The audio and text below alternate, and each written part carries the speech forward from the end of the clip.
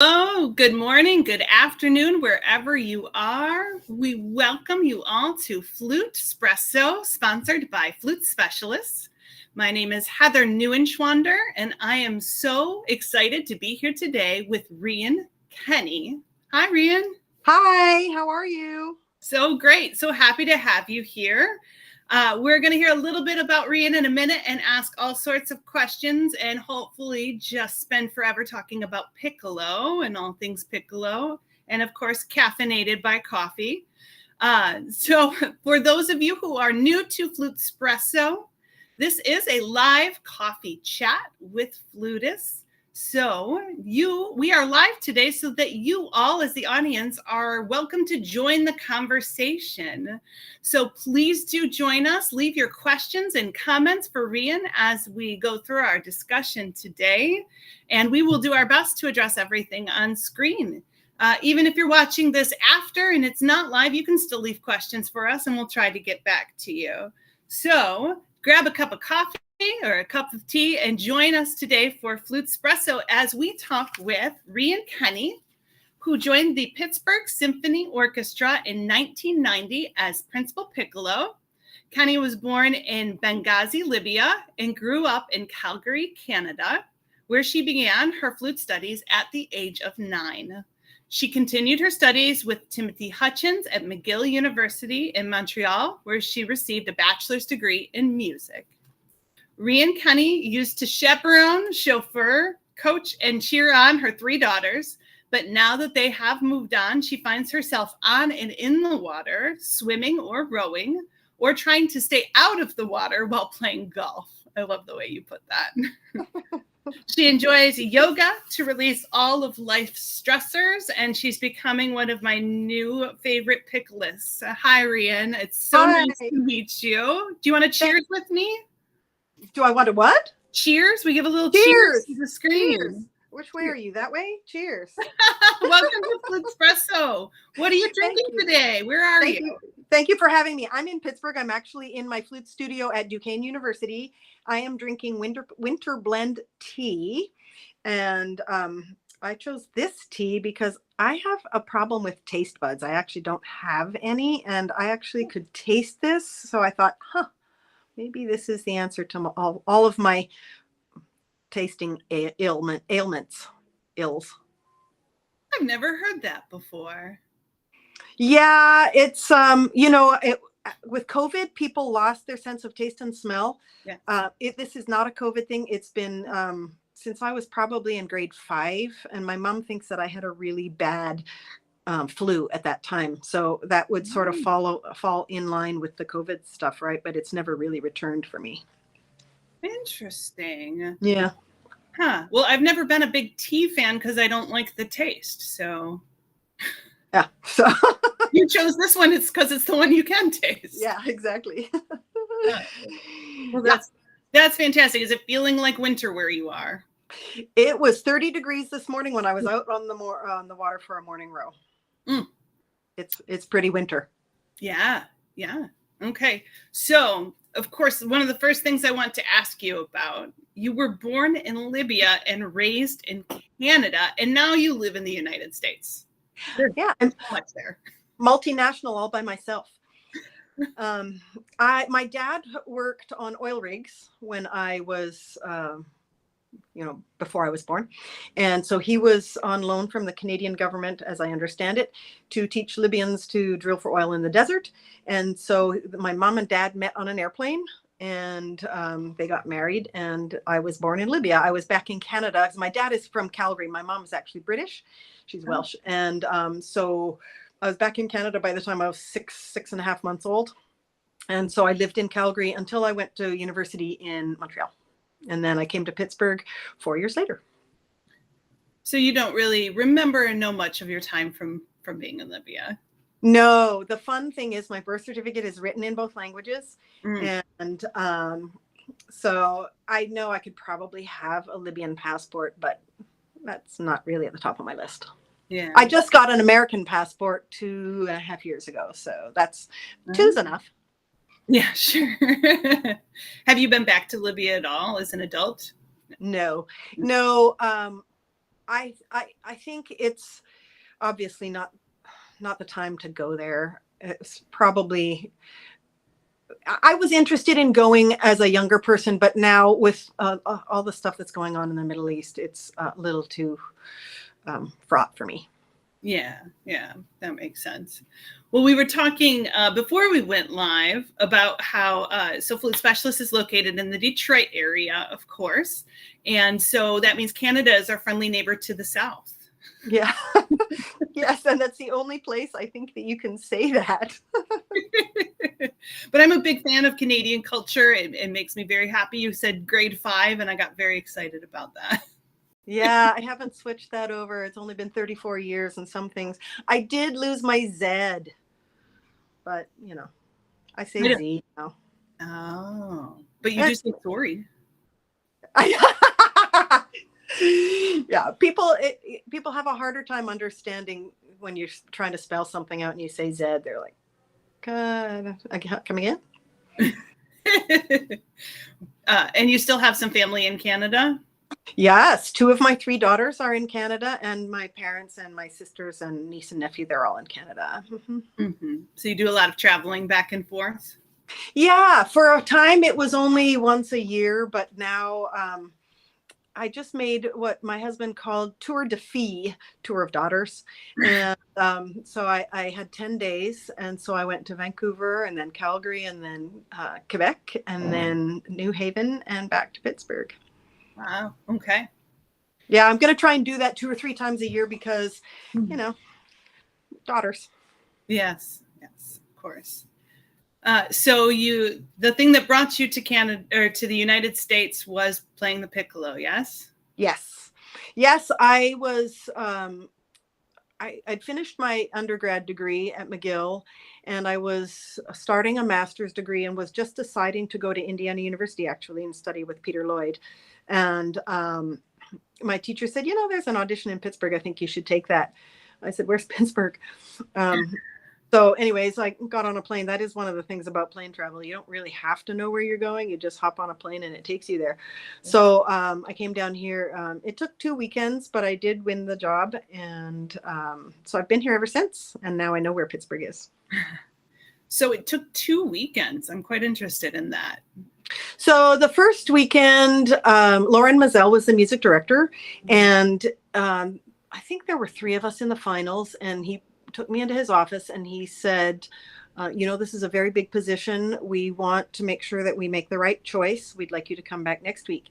And I said, well, my grandparents were over from Wales and they were quite elderly. And I said, I'm going to take them back home to Wales, so I won't be able to come next week. And he said, well, that's your choice. I called my mom and she said, are you nuts? You forget about it. You go back to Pittsburgh. So I said, okay, I'll come back to Pittsburgh. So I came back to Pittsburgh and that's when I won the job. Huh. My grandparents did make it safely back to Wales. Okay, good. Don't leave that detail dangling out there. No. So now you've been with the orchestra for over 30 years. Yeah, this is my 34th season. That's amazing. And it's amazing. How can it possibly be? Because I don't feel like I'm 34 years old. But at the same time, I feel like I've got a great deal of more wisdom than I had when I was 34 years old. So it's been a great ride. Great ride.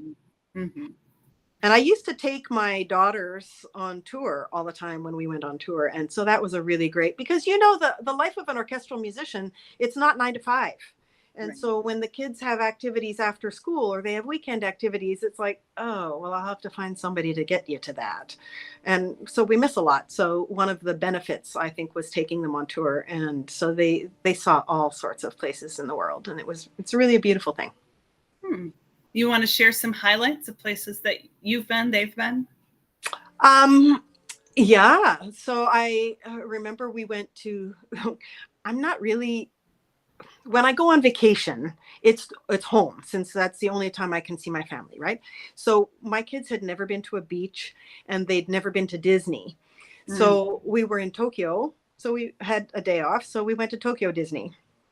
And we were in Greece, so we went to a beach in Greece. Mhm. And yeah, I have little memories. Here's a hilarious one. Oftentimes, I would take a daughter or a wife of an orchestra member as a babysitter, but oftentimes I would just hope to find somebody local. So we were going to Japan, and so I called up the hotel and I said I'd like to hire a local babysitter, and they said, "Oh, it's very hard to find an English speaker," and I said, "I don't want one." And so a Japanese woman came to the door, and she had no English. Mm. And so we made it work. But then there was a time we were in Greece. My youngest was 2, maybe 3. So then the others were 6 and 10. Mm. And again, I used a local sitter. And the morning after the concert, the girls woke up, and my 6-year-old looked at me and said, "Mom, I don't speak English anymore. I only speak Greek." I said, "Oh, great."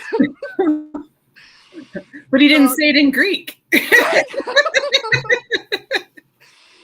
So we've had some very fun, unusual experiences. Another time we were in Vienna and having breakfast in the hotel restaurant, and befriended a waitress there, and Bea. And she said she had 2 little girls. Would I like to go with her so that my girls could play with them? And I said, "Sure." And while I'm in her car driving for half hour, 45 minutes, whatever, I thought, what am I doing?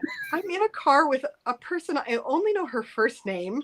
I'm in Austria. I don't speak German. Where is she taking me?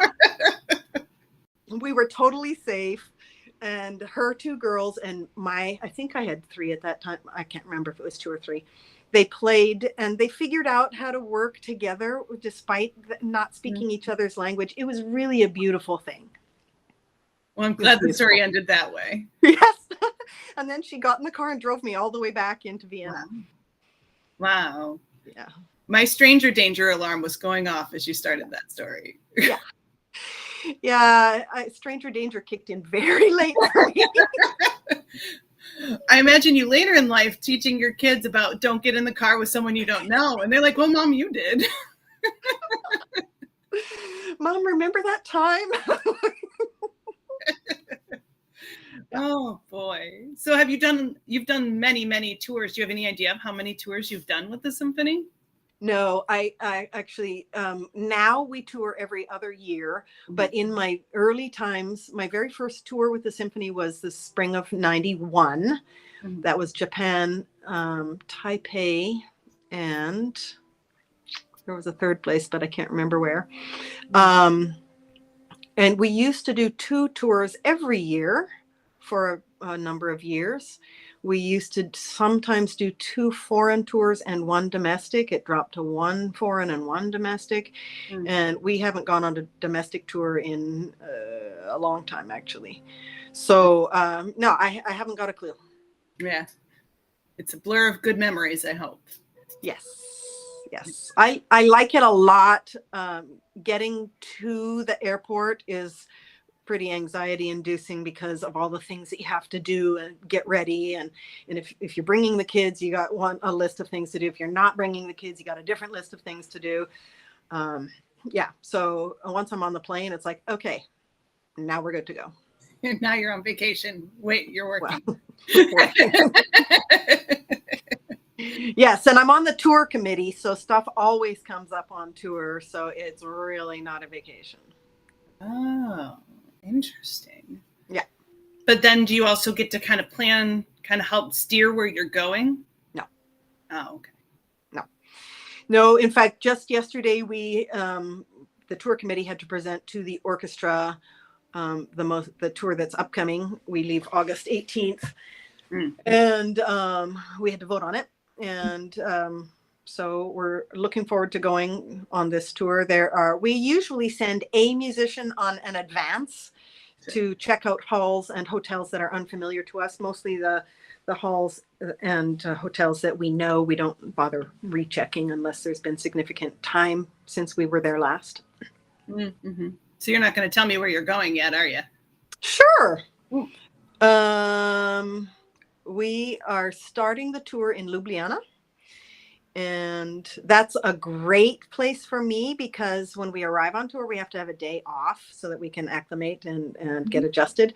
And there's a huge rowing center outside Ljubljana. And last year when we were on tour, we started in Ljubljana, and one of my good friends in the orchestra and I did a stand-up paddleboard tour of the city. Oh. And the river through the center. That was really awesome. This year I've talked her into starting rowing, so I'm hoping that she'll join me on a rowing excursion with a local rowing club at Lake Bled. And then we go from there to Salzburg, which is a really big deal, as you probably know. Yeah.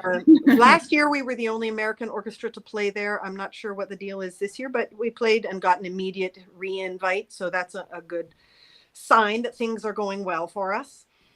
From there, we go to Grafenegg, I believe, which is outside Vienna. Okay.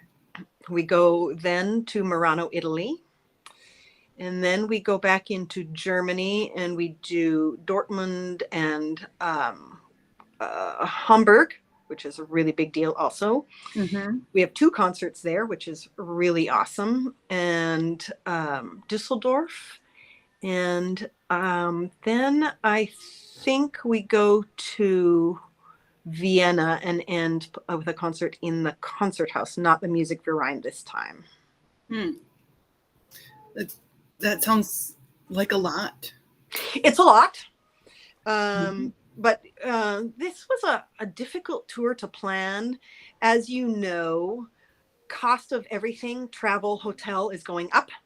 And it turns out fees for traveling orchestras are not. Okay. So we, it's a lot of juggling. How do we balance the budget? Yeah. And then there was a place in Italy that we were supposed to play, but they don't have, it's an outdoor concert and they don't have a shell. So there's no roof over the orchestra. So that's a no-go. So that one came off of the tour. So we're going to end up with a couple days off in the middle that we wouldn't necessarily always. So the last week is going to be, I think, 5 or 6 concerts in the last 7 days. So that's going to be in different cities with the exception of Hamburg, where we stay for 2 days. But the middle week will make that a little sweeter because we'll have an extra day or 2 off. Good. Mix of fun and work. Yeah. And I'll try and find some rowing along the way because rowing. Yeah. Well, before I ask you more about that, though, I haven't asked you at all about how you got to playing the piccolo and specializing in the piccolo. I always want to know how that a good question. So when I was 9 and I started to play the flute, my mom is the entire reason I do this. She said, wouldn't you like to play the flute just like James Galway? And I would never have said no to my mom. Never, ever, ever, ever.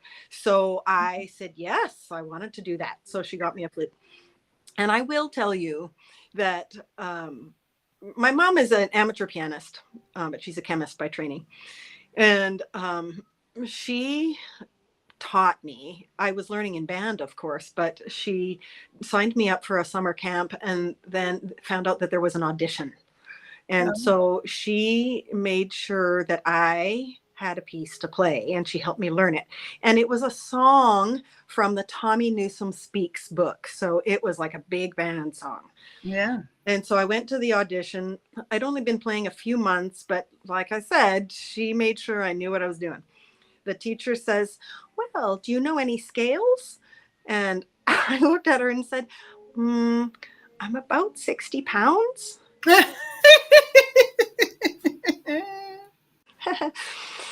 So I quickly learned some scales because I got put in the top group because of my Tommy Newsom song.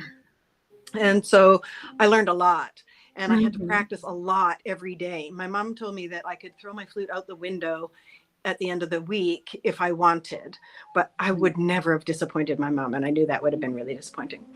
While I was growing up, she would often threaten me, said, if you don't do this, then you're not going to keep going with your flute lessons. And inside I'm going, yes, yes. And I'm going, oh, I guess I'll go practice then, you know, or do whatever it is that I needed to do so that I wouldn't have to quit flute lessons. It all turned out fine. But when I was 12, I was auditioning for the junior orchestra in Calgary, and the director said, well, she really should play piccolo because piccolo players make more money. It's not true. I was going to say, I don't think that's true. It's not true. I think what he was referring to was doubling. Oh. But I don't get doubling in the Pittsburgh Symphony, right? Right. So anyways, my mom sent me to another camp, and we'd gone to a music store and we bought a silver Gemeinhardt piccolo. Mm-hmm. And to be honest, that is what I owned until I got the Pittsburgh Symphony job. I borrowed my teacher's piccolo to play the audition. And once I won the job, I called up to Brannon and said, can I get a piccolo really fast, please? And they said, there's a 3-year wait list. I said, but, and they said, sorry, there's nothing we can do. But they had quietly put me on the emergency list, but I didn't know that. Tom Robertello was in the Pittsburgh Symphony at the time. He's now, of course, teaching at IU. He had friends at Powell, Stephen Finley. And so they got me a Powell piccolo. And then within a day or two, I had a call from Brannon saying that I'd have one, but not for the start of the season. And so I ended up with a Powell and a Brannon, and that's how I became a piccolo specialist. Wow. I sat down in my chair. I've never thought of the piccolo as anything other than an extension of the flute, though. And there are so many people that play the flute and say, I don't play the piccolo. And I always say, why not? Don't you want to be employable? It just gives you one more tool, one more thing. And I had somebody ask me on Tuesday, what's my favorite, the flute or the piccolo? I was playing a little recital.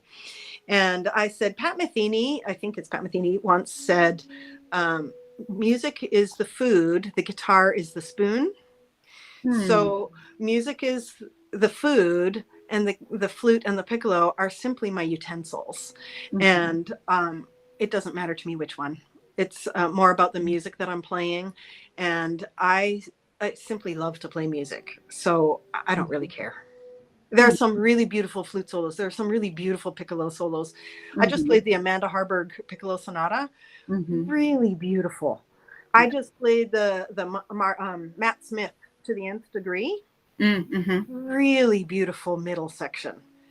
And so it's music.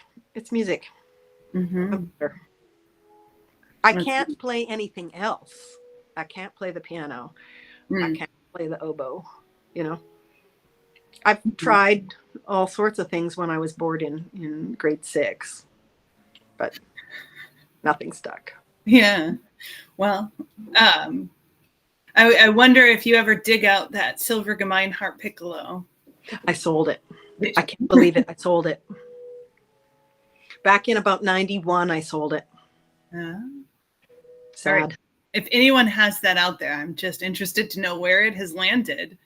It did end up in Scottdale, PA for a while with an amateur flutist who played in some of the community bands.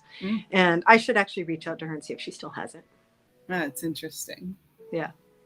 So playing in an orchestra, especially this amount of time, I understand that there can be some monotony of the pieces that come back over and over again that you have to play, right? So I'm curious of the pieces that you see on the list and you go, oh, that again, and the pieces that you see on the list and you're never sick of. You could play them a million times. Tchaik 5 is not my favorite piece. And that changed when Manfred Honeck, who is our music director and has been for gosh, 18, 13, I don't know how many years, a long time. Mm-hmm. He came and he wasn't, I'm not sure that we were looking for a music director at that point, or if we were and he was on a short list, I don't know. But he came and he conducted that, and it totally changed my opinion. Mm-hmm. That said, we play that piece on every single tour. Oh, nearly every tour. It's not on this next tour. I can live without that one. Another piece that we play on almost every single tour is Mahler 1. That has a very, very special place in my heart because it was the piece that I played. The very first time I played in Carnegie Hall in New York was with the McGill Symphony Orchestra. And that was supposed to be my very last concert of my college career. And so that piece draws tears every single time. As soon as the horns stand, the taps open. Then I stayed one more year at McGill, starting my master's degree. And we went back to Carnegie. And the piece that I played that time, which was truly my last concert as a member of the McGill Symphony, was Mahler 2. So those two pieces I adore. Love, love, love. I love Beethoven 9. I actually love Tchaik 4. I was going to ask, love it or hate it? I love it. I will, as a piccolo player, I don't get to play much Bach or Mozart. Yeah. But over my 34 years in the PSO, we've had long stretches where we've been short in the flute section. So I've got to play all the positions, and I love it. It's, change of scenery changes your attitude. And so I've got to play a lot of pieces that I wouldn't necessarily. Dvorak Cello Concerto with a great flute part. And Scheherazade I've actually played, and Daphnis I've played first. Really? I've never played second flute on Daphnis, but I've played first, third, and piccolo, alto flute. And Scheherazade I've played first and piccolo, and I love those pieces. Love them. There's so much to learn every time you play them. I love to play a lot of new music, but I would like it not to just be new stuff for the sake of stuff. But I love the challenge of learning new technical things. So I don't know if that answers your question, but I like a lot of music. Well, good. You're in the right profession. Yes. And you also do a lot of teaching, yes? I do. I feel a responsibility to return what I was gifted from my teachers. And so I love to teach little ones. I've got 2 little ones right now, one who's just started and one who started about a year ago. And then I'm at Duquesne, where I have 5 students currently, and I coach a chamber trio. I'm actually light at home this year. I've only got the 2 little ones, but that'll just give me more opportunity to escape and go visit my own children. Yeah, there you go. Wonderful. I love sharing music, though, and it doesn't matter to me if I'm teaching it or if I'm playing it, and it doesn't matter if my students are 8 or 88. I think it's never the wrong time to learn an instrument, and I think everyone should have access to music learning because it's a language, and I think languages improve your brain. It increases synapses in the brain. And to that end, I will say a little plug for my own little activity. The PSO musicians have our own charity called the PSO Musicians Care Fund, and I'm the chair of that. And we use money that we raise. We do a 5K annually and raise $10,000 or $15,000 that way. And we give grants to public school music teachers, actually not public school, music teachers, especially those who are struggling, but anybody can ask me. There's no formal application process. They just get in touch with me. And we help them buy instruments, repair instruments, pay for curriculum, pay for buses to come to our school time concerts. And we now also have a partnership with a Mindful Music Moment that's based in Ohio. And they curate playlists that's a 3 or 4 minute clip of classical music with a mindful voiceover. And it's meant to be played over the speaker or the PA at the top of a school day for the entire building. And it's a really beautiful program. I can't recommend it highly enough to anybody who's interested or affiliated with schools and teachers. So I'm really very proud of the work that the musicians in the PSO do in the community. Say the name of that one more time. It was Mindful Musical Moment. Was that it? A mindful music moment. So I think it's, you can go to thewell.world. And they've got, I think there's a poetry moment on there now, but that's where the mindful music moment is. Yeah, that's interesting. I'm going to check that out. So I'm glad you did it again. Yeah. And we actually have paid for every school in Southwest PA to have access from preschool, daycare, all the way through grade 12. Wow. Amazing. Yeah. So outside of all of these musical things, you do have your non-musical activities. You mentioned rowing. You want to talk a little bit more about that? Yeah, I'm on a master's swim team and a master's rowing team. Actually, the rowing team isn't masters only. We've got kids as well.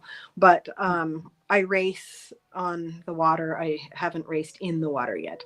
Although I ended up in the water in Cleveland a couple months ago when I was racing in my single. I went overboard. That wasn't meant to happen. Combined activities. Yeah, exactly. So anyway, my youngest daughter rowed for a year or two in high school before the pandemic. And then I was doing some open water swimming and I needed to get her out of the house. And we use teenagers on kayaks as spotters when we're out doing open water swimming. And I said, you want to do that? And she came up and she got in the car on the way home and said, that's the most boring thing I've ever done. I'm never doing it again. But I do miss being on the water. And conveniently, there's a small club a mile from our house. And so I went down and we got in a boat and being a musician, you tend to be a little bit perfectionist. I'm not in all sorts of areas of my life, but when I'm trying to learn something, I figure I ought to be able to do it. Yeah. There was a steep learning curve and it was rough for me. But now I'm considered advanced and I race a couple times a year and I adore it. It's like I said, I was out this morning in 30 degrees. And you warm up relatively quickly once you get moving. I think we were out for an hour and a quarter. Probably did 10K or more. Wow. Yeah. It's very special and try and bring people in to the sport because it's one of those things that it's not like any other sport that you can do. It's not like any other activity that you can do. It's not really intuitive. There's so many things that you think make sense, but they actually don't, or it doesn't make sense, but it does. And I think for musicians, though, like I said before, I consider us to be musicians of the small muscle groups. It definitely helps us to be in good physical conditioning. And so be in good physical condition. So I've always tried to do something which makes my physical condition, my strength continue, be at the top of the game, which I think is helpful to all humans, but certainly to musicians. I think it helps avoid injury and keeps us playing longer. Yeah. Well, I find it great to meet musicians who, outside of, you're a well-rounded person. You're very involved musically and teaching and being a mom and also taking care of yourself and swimming and rowing. You didn't say hockey. I'm a little sad about that, though. Well, so when I got to McGill University, I knew I needed to do something. And so I went to a fair that they had, where all the teams and clubs could try to recruit. And I called my mom and said, I think I'm going to do the hockey team. And she said, my hand reaches through the phone and you are not going to do that. She was afraid that I was going to take a puck to the face. And then I realized that I was going to have to run stairs. And at that point, I was like, oh, yeah, no, I won't do that. So I joined the synchronized swim team. And that was amazing because I was pretty much afraid of the water. And I could swim pretty much 25 yards, but not really well. So 3 or 4 years on the synchronized swim team, I'm a swimmer. Yeah. Yeah. Wonderful. Do you have any upcoming projects you want to plug? Any upcoming concerts or anything? I don't personally have anything. I just played a little recital for one of the local music clubs on Tuesday. That was a lot of fun. And I don't think there's anything outside of the orchestra in the immediate future. We've got, of course, our great Thanksgiving concerts next weekend, Friday and Sunday. Saturday is a special concert. I don't know if you've heard of the Violins of Hope. I don't think so. So the Violins of Hope is, I'll call it an organization. It's headed by 2 women who have collected instruments that have been rescued from Holocaust victims. Oh, wow. And so they were all the instruments were in the camps and played by people who were in the camps. And as we know, music can transport you to places when you're in a difficult time or when you're suffering. And so these instruments were rescued and they are now a traveling exhibit. The exhibit is here in Pittsburgh, and concerts have been played from Duquesne University Orchestra concert. Some of the kids got to play on the instruments. The ballet in Pittsburgh, some of the musicians got to play on the instruments. We did do a concert maybe a month ago that was a smaller chamber concert at the PSO, and some of my colleagues got to play on the instruments. And this concert next Saturday, Thanksgiving weekend, Josh Bell will be here playing, and again, colleagues will be playing on some of these string instruments. And I think you can look it up. I wonder if I can find it really quickly. Violins of Hope. Just Googling Violins of Hope should bring something up. And stories. There are stories about each instrument, and the player can read the story and who played it. Wow. Yeah, it's apparently it's very powerful. I have not gone to the exhibit. I hope they're still at Carnegie Mellon University on display. So I hope I have a chance to get over there and check that out before they leave. Well, we'll look that up and we'll drop the link in the chat here in the comments later. Yeah. So we can all check that out. Yeah. Yeah. Well, as I get to the bottom, there it is. Yeah. You got people on this. So as I get to the bottom of my cup of coffee here, I know that it's time to wind down and get into our FluteSpresso favorites. But I do want to take a quick moment to make a plug for Lily and Willie's Coffee. We have our FluteSpresso blend.